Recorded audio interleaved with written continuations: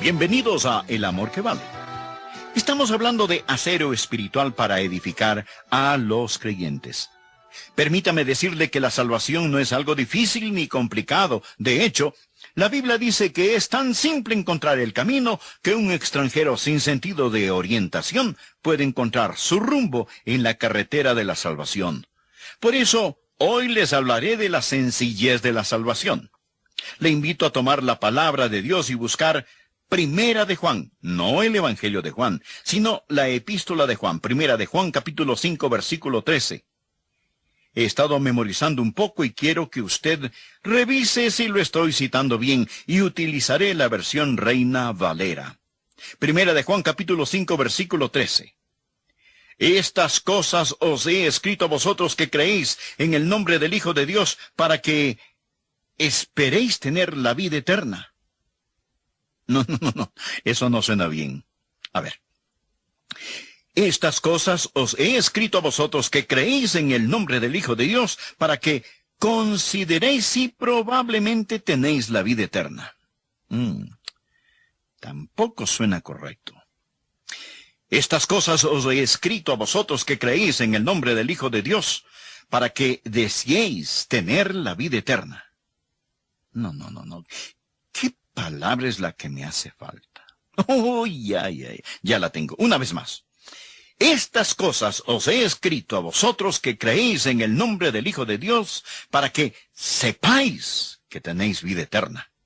Dios quiere que lo sepamos. Amén.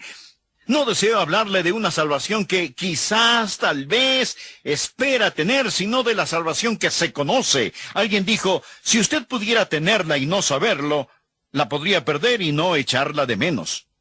Pero la verdad es que si tiene la salvación, lo sabe, y si la tiene y lo sabe, nunca podrá perderla. Necesitamos entender qué es esto que llamamos salvación. Porque Juan dijo, escribí todo el libro para que usted sepa que tiene vida eterna. He escuchado decir, usted no puede saber si es salvo, solo espera ser salvo. Y cuando se muera, se dará cuenta. No quiero esperar hasta que me muera para darme cuenta si soy salvo o no. ¿Para qué saberlo cuando sea demasiado tarde? Para hacer algo al respecto. Usted necesita tener esa maravillosa, dulce y bendita seguridad ahora. Un creyente necesita ser un punto de admiración firme de pie, no un signo de interrogación cabizbajo diciendo, me pregunto si soy salvo. Deseo que tenga una salvación que se conoce. Ahora, para saber si es salvo, son dos cosas necesarias. Primero, usted tiene que saber lo que Dios dice que debe hacer para salvarse. Es por ello que Juan dijo, estas cosas os he escrito a vosotros. Usted tiene que saber lo que Dios dice que debe hacer para salvarse. Eso es lo primero. Lo segundo, tiene que hacerlo. ¿De acuerdo? Aprenda lo que Dios dice que debe hacer para salvarse y hágalo. Si usted no sabe lo que Dios dice que debe hacer para salvarse, es obvio, ¿cómo va a saber si es salvo o no? Pero si usted sabe lo que Dios dice que debe hacer para salvarse y usted no lo hace, entonces, ¿qué derecho tiene de decir que es salvo? ¿Qué es la salvación? La salvación es una relación personal con Dios que trae el perdón de nuestros pecados. La Biblia dice, justificados, pues por la fe tenemos paz para con Dios. Estamos justificados. 1, eso significa que nuestros pecados están enterrados en la tumba del olvido de Dios. Y número 2, significa que tenemos paz con Dios. Justificados pues por la fe, tenemos paz para con Dios por medio de nuestro Señor Jesucristo. Esto no significa que usted siente tener paz. Esa no es la idea aquí. Estamos hablando de una guerra y nosotros somos enemigos de Dios y estamos en aprietos. Pero la Biblia dice que Jesús hizo paz mediante su sangre en la cruz y esa deuda del pecado, esa enemistad, esa guerra contra Dios se anuló. Y tener paz con Dios es que Dios es ahora nuestro amigo, Él es nuestro benefactor, Él es nuestro Padre. Él no es ya nuestro juez, ni nuestro enemigo por causa del pecado, sino que tenemos paz con Dios. Significa, amigos, perdón y paz, significa poder. No estamos solos, Él entra en nosotros. El apóstol Pablo dijo, porque no me avergüenzo del Evangelio, porque es poder de Dios para salvación. Y esa palabra literalmente significa dinamita. Verá, Dios no perdona sus pecados y luego le dice, bueno, yo te perdoné tu pasado. Ahora el presente depende de ti. Él es un salvador, no un policía que lo pone en tiempo de prueba. No es un nuevo comienzo, usted llega a ser una nueva criatura. Ahora tiene ese perdón, paz, poder, presencia. Cuando una persona se salva, el Espíritu Santo de Dios entra en él, y el Espíritu Santo de Dios vive en él. Él nunca está solo. En la noche más oscura, en el camino más solitario, Dios está con él. Jesús dijo, yo rogaré al Padre y os dará otro consolador para que esté con vosotros para siempre. Por ello creo que una vez que usted es salvo, Él lo mantendrá salvo, porque la Biblia dice muy claramente que el Espíritu Santo permanecerá en usted para siempre. Mas escuche, existe este perdón, existe esta paz, existe este poder, existe esta presencia, y ser salvo literalmente significa que Dios le da perfección. No, eso no significa que le van a salir alas y una aureola. No significa que nunca más pecará. Mas cuando Dios lo ve ante sus ojos, cuando usted se salva, la Biblia habla de los espíritus de los justos hechos perfectos. Ante los ojos de Dios, usted será perfecto. Esta es solo la introducción. Permítame hablarle ahora acerca de cómo salvarse. En primer lugar, permítame hablar acerca de la naturaleza humana. No estoy repitiendo. Permítame hablarle acerca de la naturaleza humana. ¿Qué creó Dios cuando hizo a un hombre o a una mujer? En Primera de Tesalonicenses, capítulo 5, versículo 23, leemos, y el mismo Dios de paz os santifique por completo. Eso significa totalmente todo su ser. Y todo vuestro ser, espíritu, alma y cuerpo sean guardados irreprensibles para la venida de nuestro Señor Jesucristo. Así que usted consta de espíritu, alma y cuerpo. Primero usted tiene un cuerpo, usted vive en un cuerpo, usted está allí en su cuerpo, ¿correcto? Ese es el traje espacial que usa mientras está en la nave espacial llamada Tierra. Usted tiene un cuerpo y vive en ese cuerpo, es obvio, nadie lo pone en duda. La segunda cosa no es tan obvia. Pablo también habló del alma. Y todo vuestro ser, espíritu, alma y cuerpo sea guardado irreprensible para la venida de nuestro Señor Jesucristo. La palabra griega alma es la palabra psique. Es la palabra de donde tomamos psiquiatría, psicología, psicológico, psíquico. Todas estas palabras se refieren al alma. El alma es el usted. Esa es su personalidad, su idiosincrasia, su inteligencia, su sentido del humor. Generalizando, su alma es su mente, sus emociones y su voluntad. Usted vive dentro de ese cuerpo y usted tiene un alma, ¿de acuerdo? Ahora, ¿qué es el espíritu? La Biblia dice claramente y hace una distinción entre el alma y el espíritu. Recuerda nuestro versículo. Y todo vuestro ser, espíritu, alma y cuerpo sea guardado irreprensible para la venida de nuestro Señor Jesucristo. Ponga al margen Hebreos 4:12. Porque la palabra de Dios es viva y eficaz, más cortante que toda espada de dos filos, y penetra hasta partir el alma y el espíritu. ¿Cuál es la diferencia entre el alma y el espíritu? Tanto el alma como el espíritu son invisibles. El alma y el espíritu son inseparables, pero no son lo mismo. El espíritu es esa parte de usted que lo hace único, diferente a cualquier animal o planta. Dios no le dio a los animales un espíritu. Dios dio a los hombres un espíritu. Es esa cualidad en la naturaleza humana que le permite saber y adorar a Dios, porque la Biblia dice, Dios es espíritu, y los que le adoran en espíritu y en verdad es necesario que le adoren. La Biblia enseña que al salvarnos, el Espíritu de Dios, que es el Espíritu Santo, da testimonio a nuestro espíritu que somos hijos de Dios. Bien, eso es la naturaleza de la naturaleza humana. ¿Qué significa estar perdido? Nosotros hablamos acerca de recibir la vida eterna. Bien, ¿quién necesita salvarse? Los que necesitan salvarse son aquellos que están perdidos. ¿Y por qué Jesús vino a la tierra?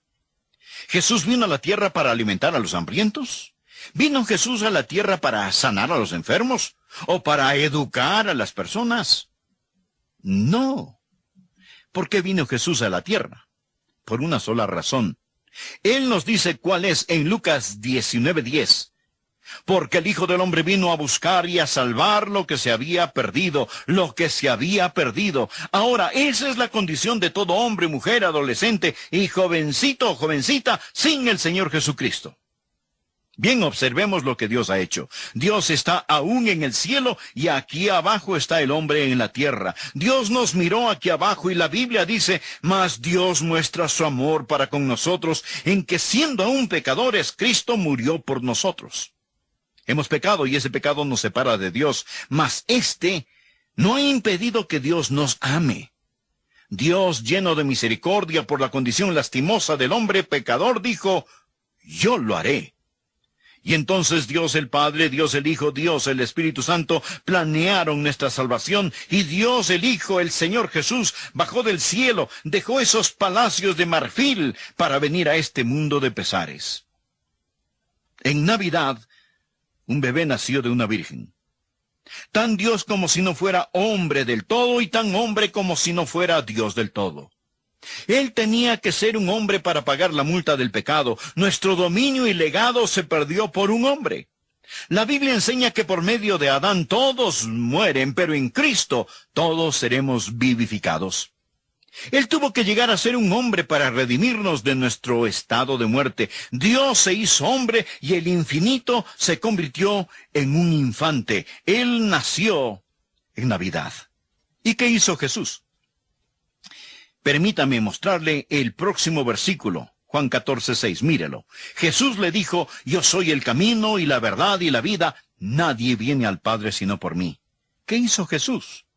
Jesús murió en esa cruz y ahora, con la áspera madera de dicha cruz, Él ha construido un puente entre el hombre y Dios. El hombre intentó cruzar ese abismo y acercarse a Dios por sí mismo, pero él continúa rebotando contra la barrera del pecado. Pero Jesús dijo, yo soy el camino y la verdad y la vida, nadie viene al Padre sino por mí. Sea razonable, mi amigo. No piense que Jesús es un buen camino al cielo. Él no es un buen camino al cielo. Él es el único camino al cielo. En Hechos 4:12 leemos, y en ningún otro hay salvación porque no hay otro nombre bajo el cielo dado a los hombres en que podamos ser salvos. Deseo hacerles esta pregunta. Si hubiera algún otro camino al cielo, ¿usted no cree que Dios lo hubiera tomado? ¿Piensa que Dios hubiera permitido que su amado Hijo muriese en esa cruz y derramara su sangre si existiera algún otro camino? Por ello el apóstol Pablo dice en el libro de Gálatas, si por la ley fuese la justicia, entonces por demás murió Cristo. Si usted pudiera salvarse por ser bueno, entonces, ¿por qué murió Jesús en esa cruz? Él no murió como mártir, ni fue un accidente. Él fue crucificado antes de la fundación del mundo. ¿Por qué? Dios vino a la tierra para que podamos ir al cielo. Él llegó a ser el Hijo del Hombre para que podamos llegar a ser hijos e hijas de Dios. Él nació de una virgen para que podamos nacer de nuevo. Él llevó mi pecado, su pecado, nuestro pecado en la cruz. La Biblia dice que por medio de su cruz, Él reconcilió al hombre con Dios. Así que, ¿qué debo hacer para ser salvo? Y ellos dijeron, cree en el Señor Jesucristo y serás salvo. Me alegro que no dijo, todos los que quieran salvarse corran alrededor de la cuadra. Algunos niños lisiados no pueden correr. Me alegro que no dijo, todos los que quieran salvarse lean toda la Biblia. Algunas personas no pueden leer. Me alegro que no dijo, todos los que quieran salvarse den $1,000.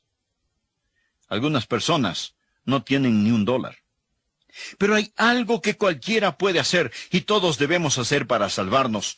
Y lo mismo que Pablo le dijo al carcelero de Filipos, yo se los voy a repetir ahora. Hechos 16:30.